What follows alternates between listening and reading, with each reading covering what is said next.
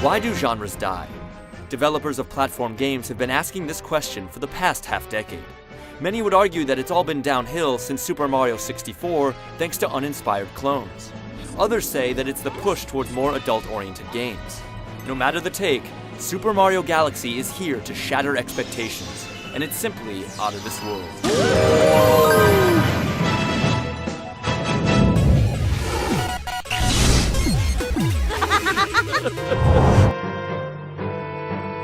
When Nintendo traditionally designs Mario games, it creates and perfects the gameplay first, and then it works around those elements to pen the prose.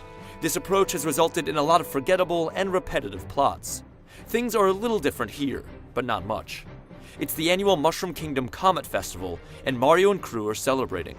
Taking advantage of the loose guard, Bowser sweeps in and rips Princess Peach's castle from the ground, taking her into space.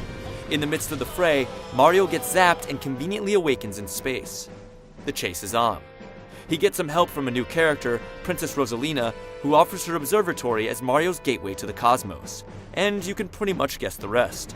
Once again, we have a Mario game with a shell of a story, and this one doesn't even have any ridiculous twists. But if you're interested in Super Mario Galaxy for its story, then you might want to check where you've been for the last 20 years.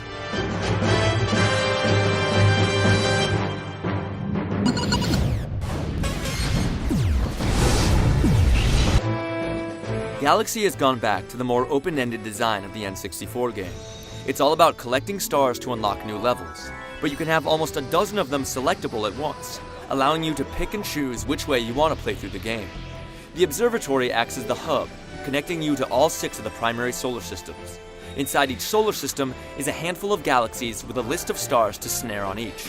Like in most Mario games, there are tons of hidden levels to unlock, and 120 stars to collect for the completist. The not-so-obsessive can technically finish the story after snagging just 60 stars. Other items of interest include star bits, which act as the currency of the game. You'll use them to gain extra men, and to unlock hidden galaxies by bribing creatures called Lumas that are scattered throughout the cosmos. Yellow coins restore Mario's health, and eventually you unlock purple coin challenges where you must collect 100 of them to get a star. They're certainly some of the more demanding challenges in the game. The galaxies outwardly appear much smaller than the typical level in a 3D Mario game, but there are bits and pieces that are out of reach until you find the proper transportation to get there. Not all the stars are unlocked for play in each galaxy as soon as you enter it. There are 3 base stars for each, and then you'll start tackling timed stages, or other instances where you must complete the objective without taking a single shot. All of this is based upon which comets are randomly circling the galaxy at the time. There's no denying that Super Mario Galaxy predominantly sticks with the tried and true, with a few tweaks. There's always a wide variety of tasks to tackle, but the collecting has been made optional. You'll rip through a good 30 to 40 hours of play if you're trying to get all the stars. And there's a 2-player option where the second player can collect star bits, though it's pretty pointless. Regardless, you'll get plenty of playtime for your cash, and it's structured so elegantly that you'll never be left wondering where to go or what to do next.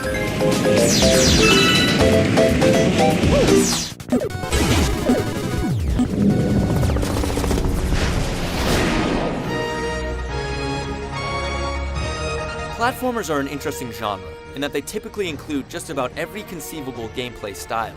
That definitely hasn't changed here, except now you're doing it all with the Wii Remote and Nunchuck. While it doesn't take things as far as, say, WarioWare or Zack and Wiki, the list of activities is deep, and most importantly, fun.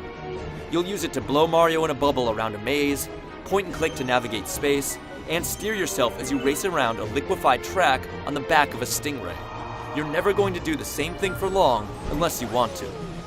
All of Mario's prerequisite abilities are intact. You get his spot-on, momentum-based platforming controls, complete with the long jump, flip jump, triple jump, and the like. His lone Wiimote-based actions include the spin attack, which is pulled off by shaking it back and forth, and collecting star bits with the pointer functionality, which becomes a game unto itself. Power-ups are in no short supply either. You've likely already seen his B ability that lets him reach high platforms, and another new feature allows Mario to walk on water. There are also old favorites like Fire Mario, and a new variation of the Wing Cap. Almost all of them are pulled off flawlessly, with enough nuance that you actually become good at using them. The lone exception is Spring Mario, mostly because its unwieldy controls must be manipulated in tight quarters. So we've got lots of variety, Mario's incredible running and jumping control, and plenty of sweet power-ups. We got that 10 years ago, and in 2007 the expectations are higher. There has to be a hook, and in this case, the angle is gravity and spherical worlds. Each piece of real estate Mario steps on has its own set of gravitational properties, and it's a blast to just stand between two celestial bodies, jump into the air, and see how the pull from each affects Mario's travel. It creates all sorts of interesting scenarios. Ever tried platforming upside down? Or how about upside down and backwards? You'll do both constantly in Galaxy. At first it can be disorienting, but an excellent camera system keeps the gags at bay. It opens a whole new realm of gameplay opportunities, and the game does an amazing job of squeezing the mechanic for every last drop of fun. But you won't spend all your time upside down. There's also a fair share of flat terrain to help you regain your bearings, and best of all, there's a great selection of old-school side-scrolling levels that work the gravity effect over. Other games have tinkered with spherical worlds, but none have worked gravity into the equation. Super Mario Galaxy absolutely nails them both. Super Mario Galaxy is one of those releases that challenges the perception of how games can play. Mixing complicated physics with pinpoint navigation may seem intimidating, but it's all parceled out in such small, intelligent portions that the learning curve is almost non-existent. Couple this with the excellent variety and sublime controls, and perhaps we're witnessing the rebirth of the platformer. We think everyone will at least agree that it's miles beyond a backpack filled with water.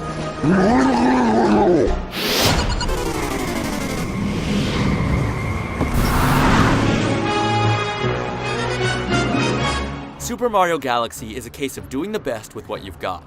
The Wii isn't really a polygon cruncher, but the way the levels are set up with small pieces of terrain displayed at a time allows for some sweet whiz-bang with no hit on performance. Fur shading, specular highlights, and a variety of other gizmos take it beyond the flatly shaded Mario games of yore. You can almost understand Nintendo's hardware vision with this game. Would more processing power make the series' simple art style have any more character? Likely not.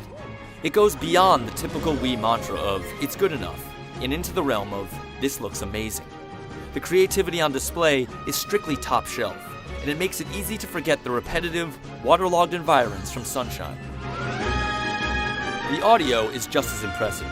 It may not be Dolby Digital 5.1, but the channel separation in this Pro Logic 2 production is incredibly discreet. The compositions are at one moment rousing and the next soothing. You'll simply never grow tired of the music, and you'll find yourself randomly humming some tunes as you go about your day.